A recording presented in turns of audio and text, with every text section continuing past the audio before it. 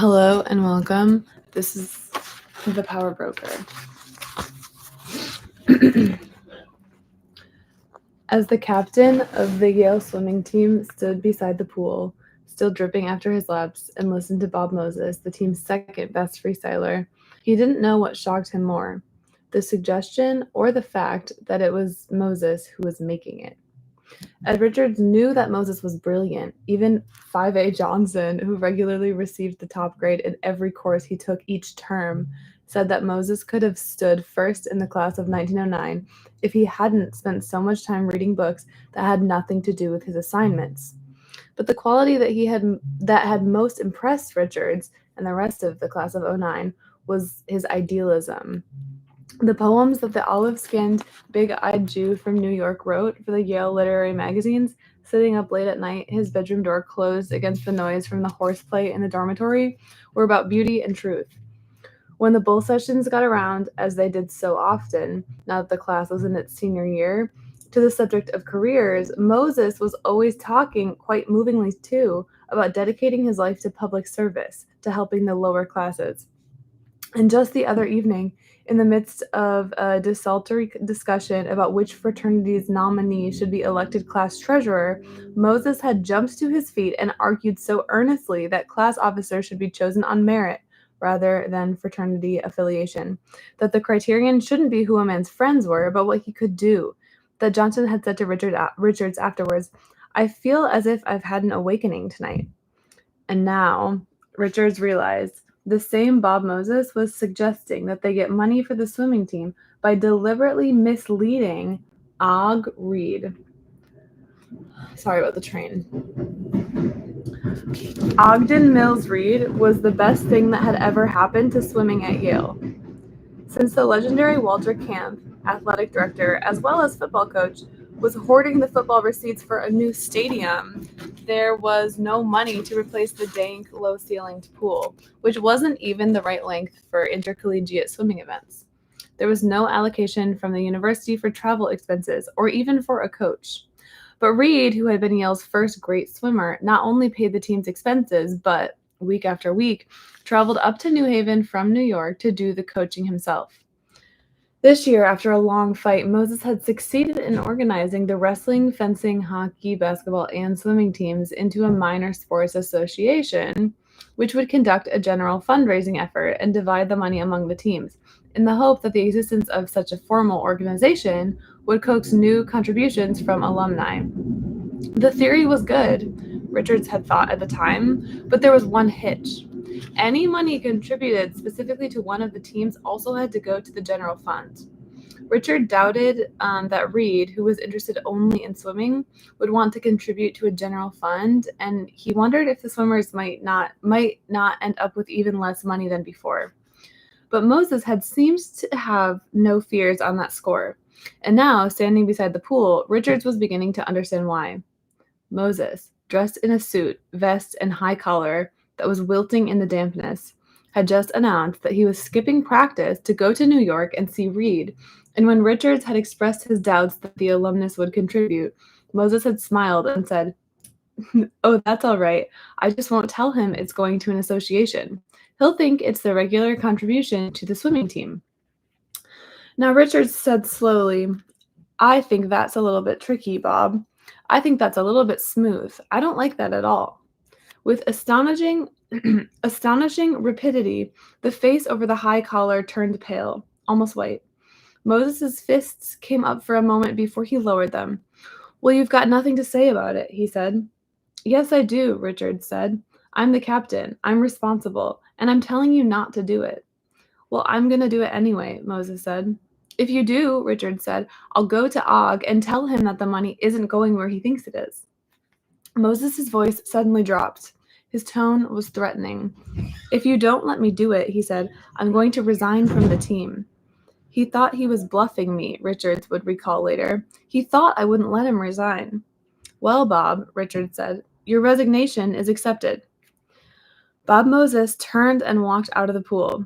He never swam for Yale again. 45 years later, a new mayor of New York was being sworn in at City Hall under huge cut glass chandeliers of cut glass chandeliers. Robert F. Wagner Jr. took the oath of office and then, before hundreds of spectators, personally administered the oath and handed the coveted official appointment blanks to his top appointees. But to a handful of the spectators, the real significance of the ceremony was in an oath not given. When Robert Moses came forward, Wagner swore him in as city park commissioner and as city construction coordinator, and then, with Moses still waiting expectantly, stopped and beckoned forward the next appointee. To those spectators, Wagner's gesture signaled triumph. They were representatives of the so-called good government organization of the city, the Citizens Union, the City Club, liberal elements of the labor movement. They had long chafed at the power that Moses had held under previous mayors as park commissioner, construction coordinator, and member of the city planning commission. They had determined to try to curb his sway under Wagner, and they had decided to make the test of strength the planning commission membership. This, they had decided after long analysis and debate, was Moses' weak point. As park commissioner and construction coordinator had proposed as park commissioner and construction coordinator, he proposed public works projects, and the city charter had surely never intended that an office holder who proposed projects should sit on the planning commission, whose function was to pass on the merits of those projects.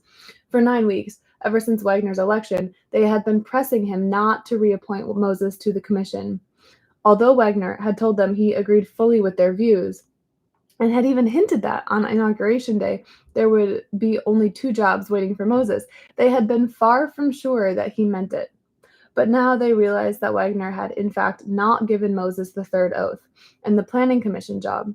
And looking at Moses, they could see he realized it too. His face, normally swarthy, was pale with rage. The more observant among those spectators, however, noticed that after the ceremonies, Moses followed Wagner into his inner office.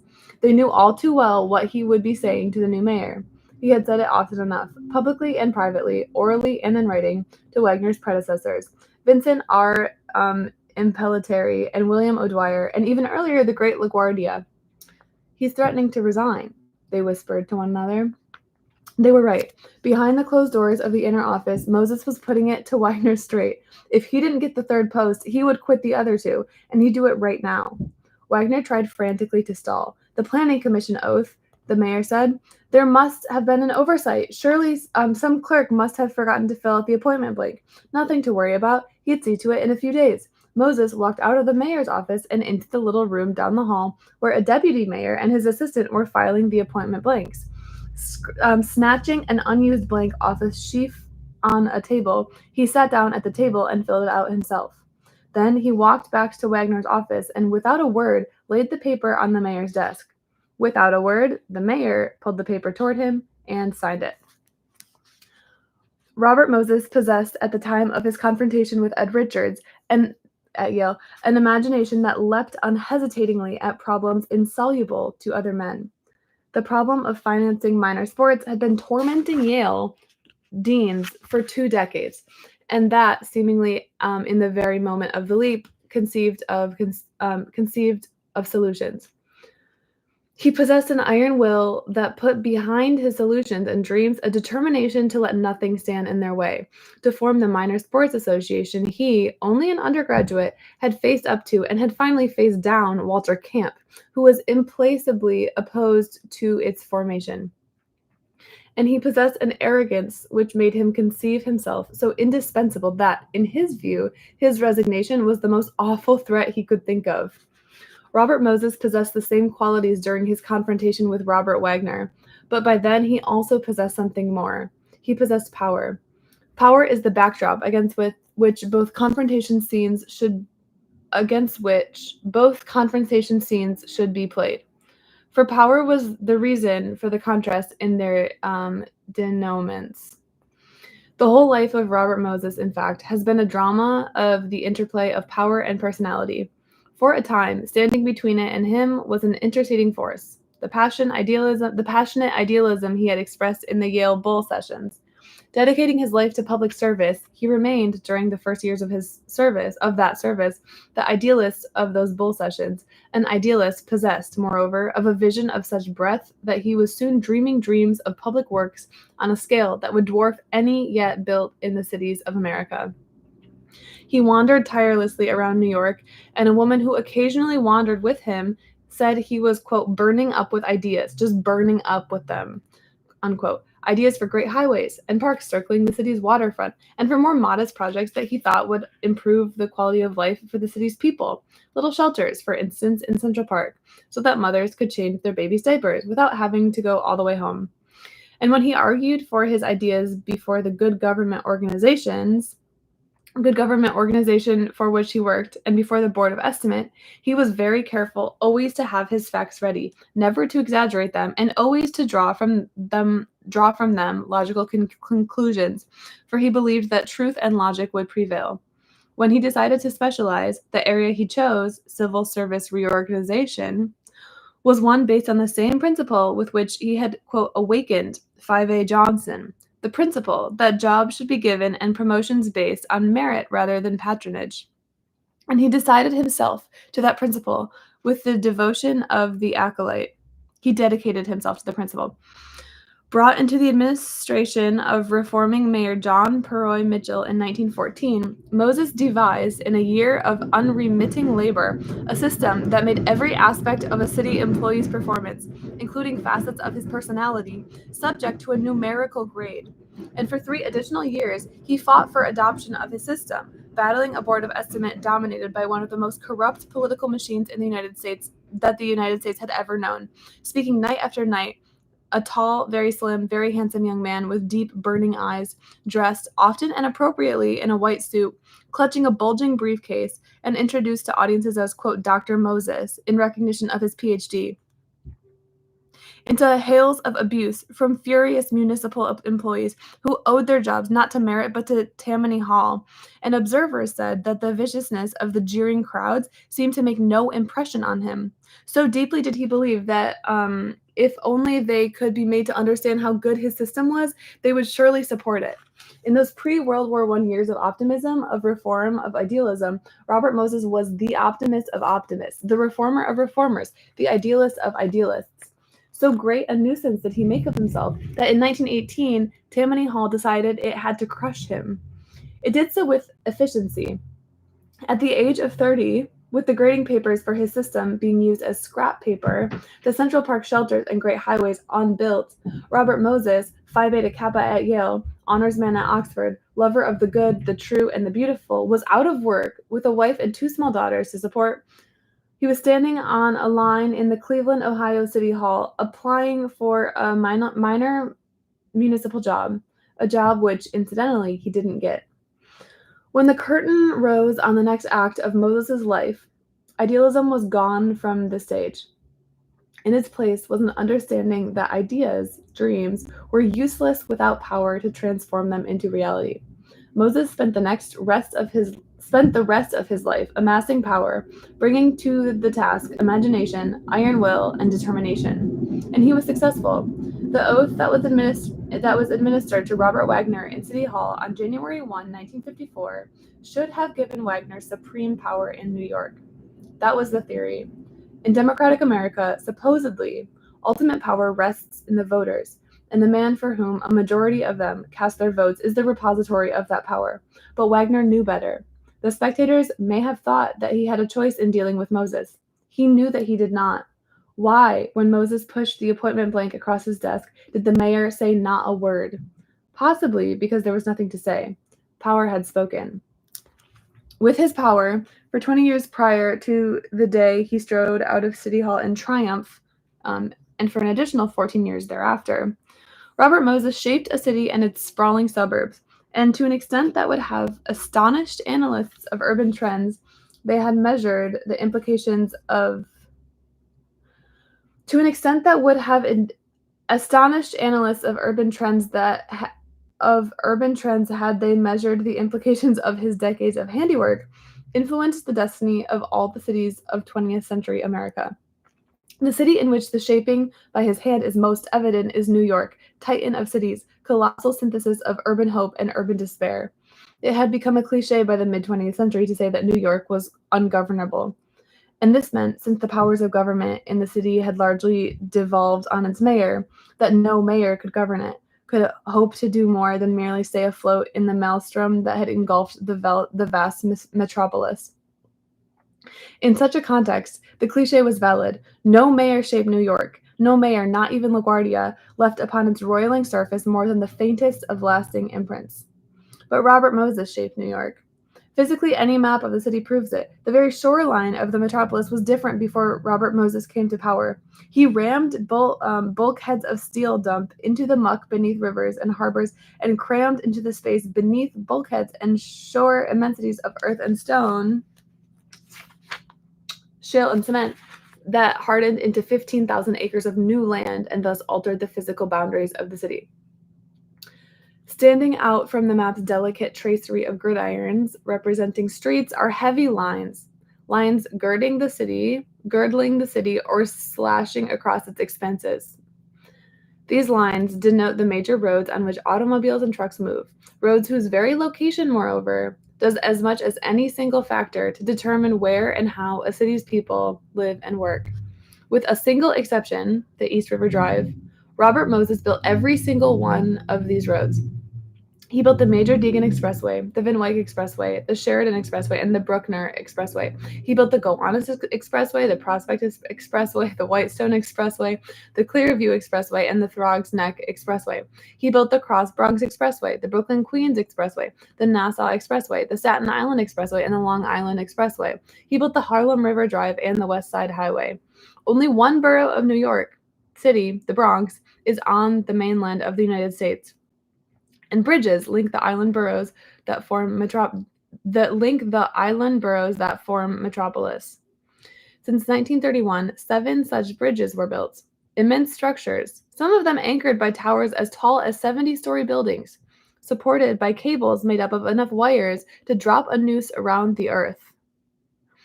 Those bridges are the Triborough, renamed the Robert F. Kennedy Bridge, the Verrazano, the Throgs Neck, the Marine, the Henry Hudson, the Cross Bay, and the Bronx Whitestone. Robert Moses built every one of those bridges.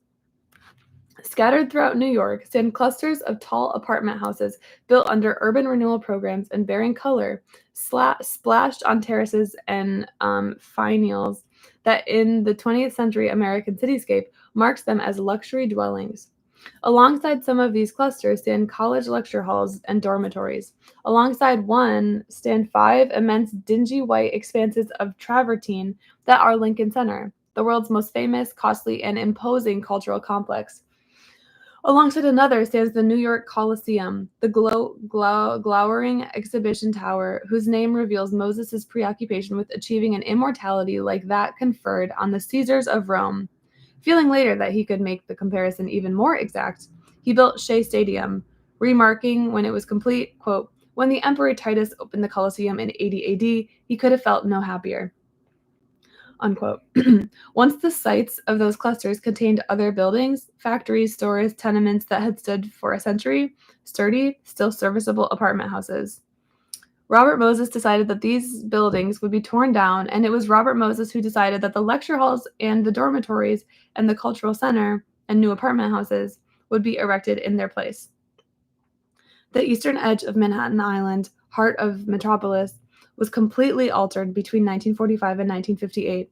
Northward from the bulge of Corlear's Hook looms a long line of apartment houses devoid of splashes of color, hulking buildings, utilitarian, drab, unadorned, not block after block of them, but mile after mile, appearing from across the Eastwood River like an endless wall of dull brick across the sky.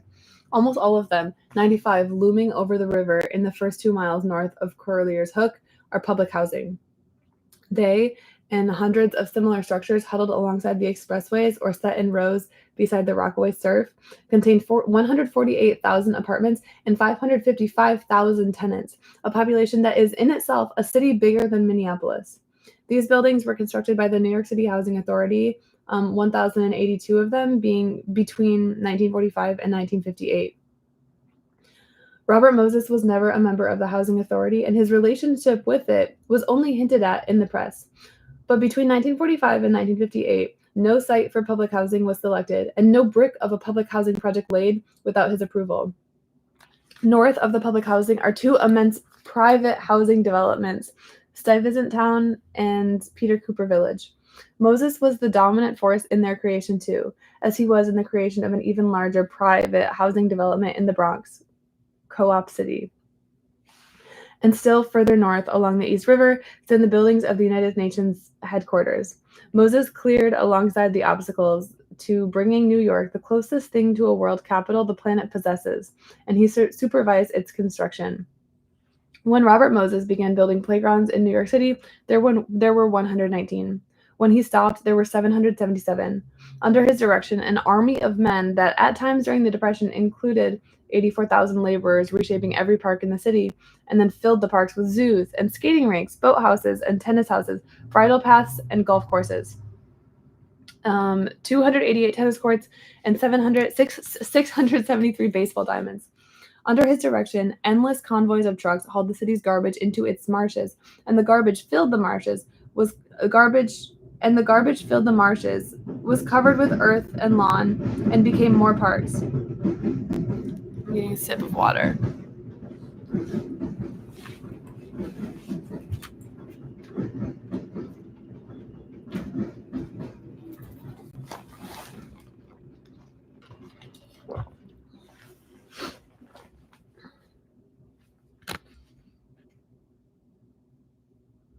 Oh, where am I? Long strings of barges brought to the city white sand dredged from the ocean floor, and the sand was piled on mud flats to create benches.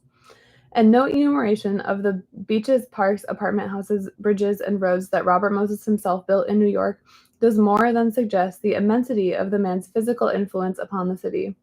For the 7 years between 1946 and 1953, the 7 years of plenty in public construction in the city, 7 years marked by the most intensive of such construction in its history, no public improvement of any type, not school or sewer, library or pier, hospital or catch basin, was built by any city agency, even those which Robert Moses did not directly control, unless Robert Moses approved its design and location.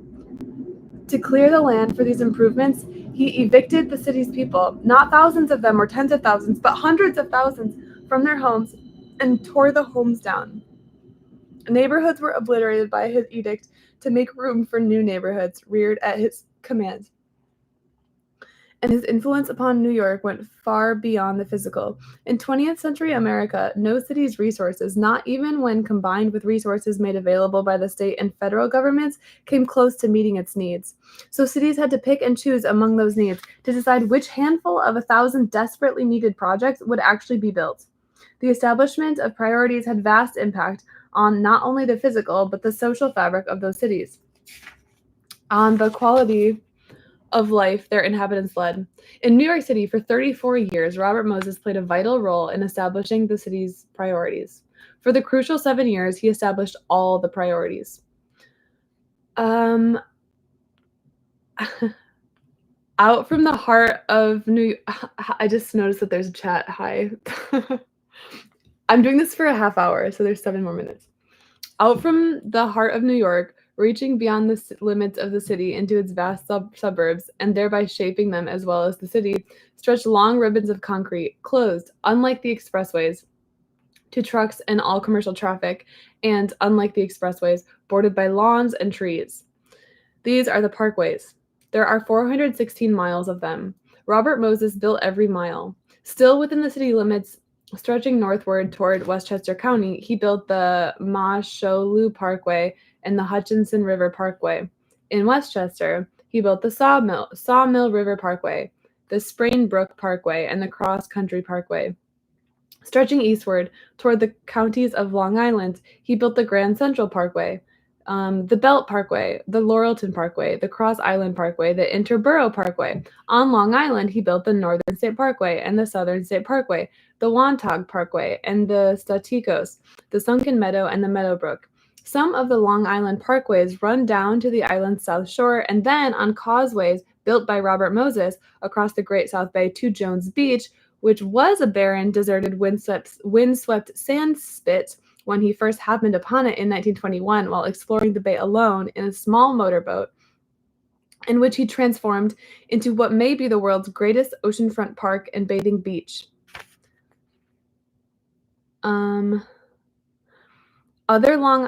So I don't know if I should insert my own things, but if you Google Jones Beach bathrooms, they're kind of famous because this one employee uses her own money to decorate them, and it's really cute. Other Long Island parkways lead to other huge parks and other great bathing beaches.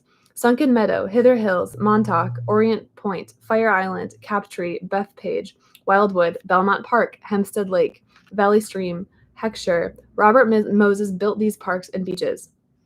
The physical works of Robert Moses are not confined to New York and its suburbs. The largest of them are hundreds of miles from the city, stretched along the Niagara frontier and in distant reaches of New York State, known to natives as the North Country, north even of Massena, a town where frost comes in August and the temperature can be 30 below by November, along the St. Lawrence River. North from Massena, the land rolls barren and empty. Only an occasional farmhouse interrupts the expanse of bare fields and scraggly woods. You can drive for 20 miles without passing another car. But turn a bend in the road and there is St. Lawrence, and stretched across it, one of the most colossal single works of man, a structure of steel and concrete as tall as a 10-story apartment house, an apartment house as long as 11 football fields, a structure vaster by far than any of the pyramids, or, in terms of bulk, of any 6 pyramids put together. A structure so vast that the 32 bright red turbine generators lined up on its flanks, each of them weighing 14 tons, are only glistening specks against its dull gray massiveness. And this structure, a power dam, is only the centerpiece of Robert Moses' design to tame the wild waters of the St. Lawrence, a design that includes 3 huge control dams built to force the river through the power dam's turbines.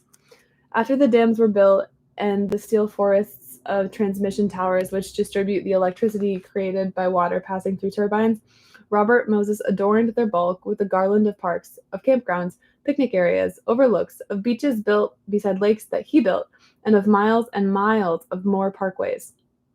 And at Niagara, Robert Moses built a series of dams, parks, and parkways that make the St. Lawrence development look small.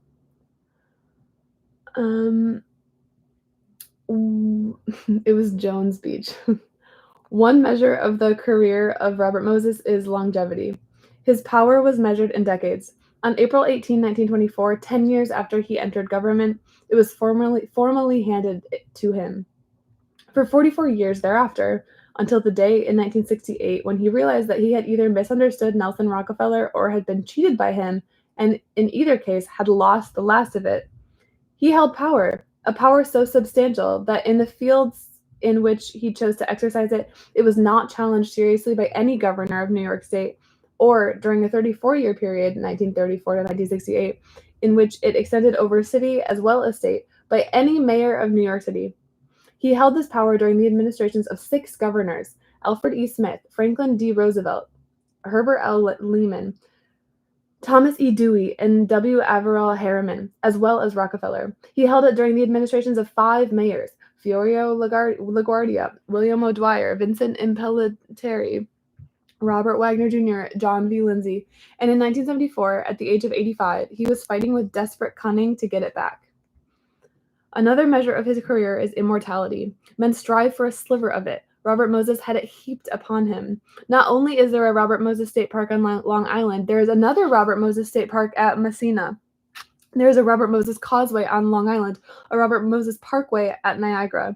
The Great Dam at Niagara is named for him. And over the entrance to the dam at Massena, in letters of stainless steel, each 3 feet high, gleam the words Robert Moses Power Dam. Another measure is in statistics. By the 1960s, expenditures for public works in America were federal-sized, and a federal cabinet officer might have charge of the distribution of billions of dollars. But merely distributing money is not building. In terms of true building, personal conception, and construction, Robert Moses was unique in America. Without including the cost of schools, hospitals, garage incinerators, sewers, and other improvements whose location and design he approved, but which were physically were physically constructed by others, without including the amount of money poured by private sources into construction that also had to be approved by him, including, in fact, only those public works that he personally conceived and completed, from the first vision to ribbon cutting. Robert Moses built public works costing in 1968 $27 billion. In terms of personal conception and completion, no other public official in the history of the United States built public works costing any amount even close to that figure. In those terms, Robert Moses was unquestionably America's most prolific physical creator. He was America's greatest builder. Okay, that was the top of page 10. I'll be back tomorrow and I'll do another 30 minutes. Bye.